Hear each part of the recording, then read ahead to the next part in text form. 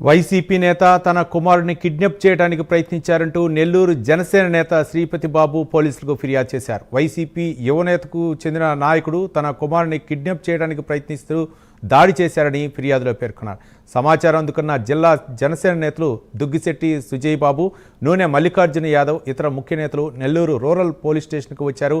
Rowdyism చేస్తున్న YCP నేతలపై కఠిన చర్యలు తీసుకోవాలని డిమాండ్ చేశారు.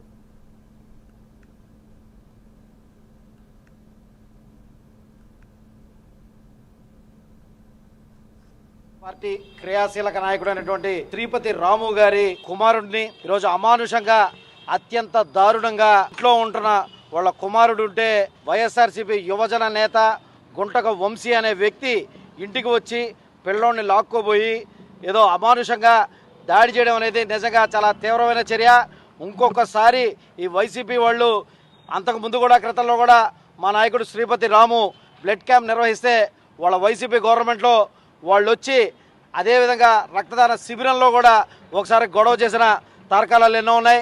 ఈరోజు వాళ్ళు అధికారం కోల్పోయినా కానీ ఇంకా వాళ్ళు అధికారంలో ఉన్నామనే భ్రమతో ఆ 5 సంవత్సరాలు ఏమేమి ఆగడాలు చేశారు, ఏమేమి దౌర్జన్యాలు చేశారు, ఏమేమి రౌడీజాలు చేశారో వాటిని ఇంకా కంటిన్యూ చేస్తూ ఇంకా వాళ్ళే ఉన్నారనే ఇదితో ఇంకా కొంచెం ఓవర్ చేస్తా ఇళ్ల మీదకి వచ్చి ఈరోజు నిలబడడం అనేది నిజంగా జనసేన పార్టీ చాలా తీవ్రంగా ఖండిస్తుంది. జనసేన పార్టీ నాయకుల జోలికి కానీ జనసేన పార్టీ కార్యకర్తల జోలికి కానీ ఎవరైనా వస్తే తీవ్ర పరిణామాలు ఎదుర్కోవాల్సి వస్తుందని చెప్పి మరొకసారి తెలియజేస్తున్నా.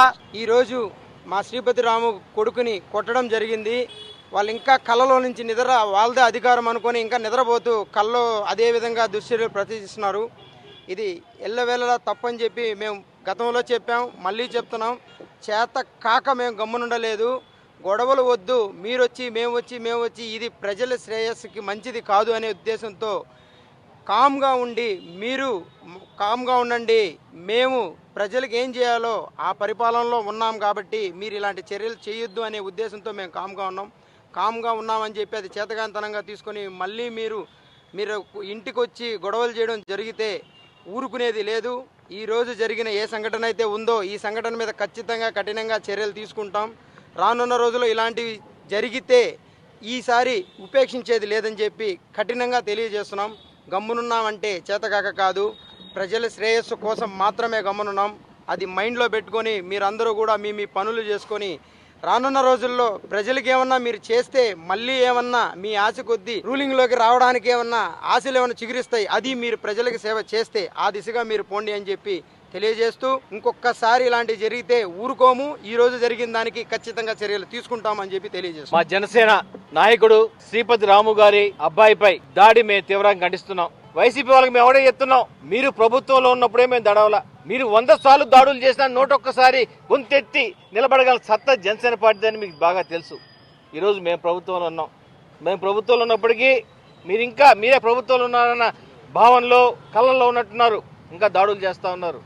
ఇది మంచి పద్ధతి కాదు. మేము తిరిగి దాడి చేయడం మొదలు పెడితే మీరు తట్టుకోలేరని ఈ సందర్భంగా తెలియజేస్తున్నా.